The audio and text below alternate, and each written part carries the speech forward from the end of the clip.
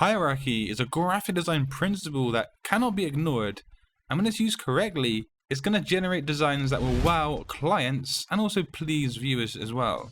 So in today's video, you're going to see examples of hierarchy, how they're achieved, and how you can implement them into your very own graphic designs. Now, if you've seen me talk about hierarchy before on my channel, you probably still have not seen such a comprehensive video as today's upload.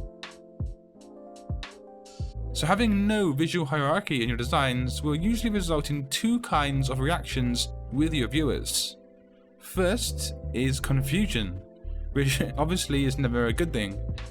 The viewer tries to take in all of the content at the very same level of importance, and thus they're left confused without actually digesting much of the information or any of the information at all. The second result is probably just as bad, and that is that the viewer sees everything at the same level of importance. So they don't even try to guess at what you're trying to tell them through your visual communication as a graphic designer. And a kind of a bonus third personal impression is that without hierarchy, your design simply would not look neat or professional. So one of the first and the easiest ways to create visual hierarchy on your graphic designs is to utilize the size or scale. This one is simple enough. People read bigger things first.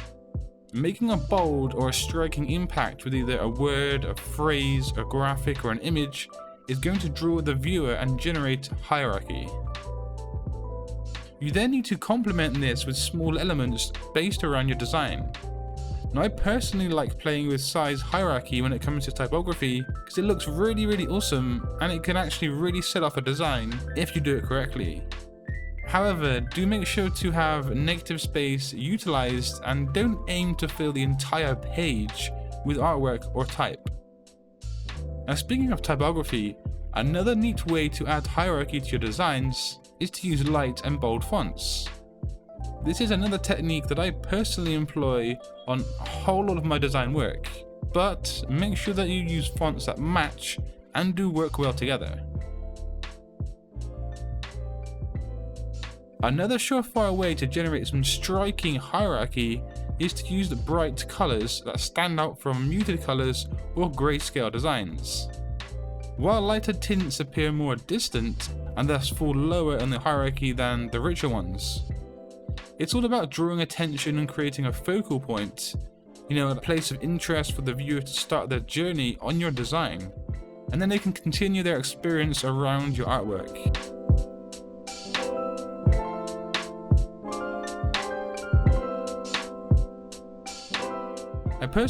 I like yellows and oranges mixed with grayscales or blacks. These work really well together.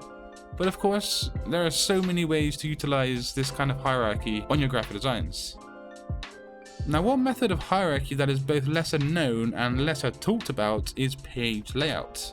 Layouts are typically designed according to grid systems, either vertically or horizontally speaking, both by convention and because this is just the most legible format. In such a system, a new way to establish hierarchy emerges. Simply break the grid. You could add a text element that is curved in nature, that disrespects the grid, or maybe a design asset that goes against the grid format. Text that is arranged on a curve or diagonal will automatically stand out against surrounding grid-locked text, and this will make sure it takes center stage on your design. So like with all points in today's video, you can actually implement more than just one form of hierarchy on your designs. And in fact, I personally suggest that is what you do. Now, dramatic shifts in color or text signal change and catches the viewer's eye.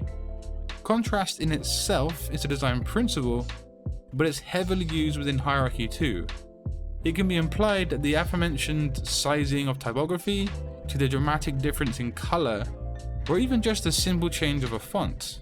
But creating contrast can be used to highlight the main message in your graphic design, and that is what you're trying to do.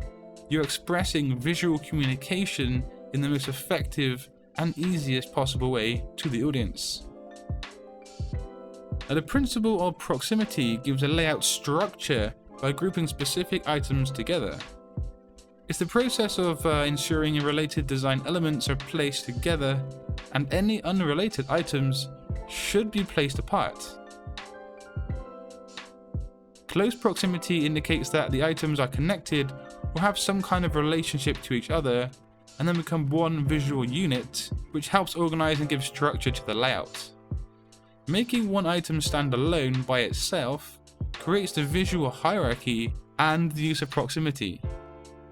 But yeah, just remember, hierarchy is all about creating a source of interest, a focal point, and a starting point for the journey of the viewer of your graphic designs.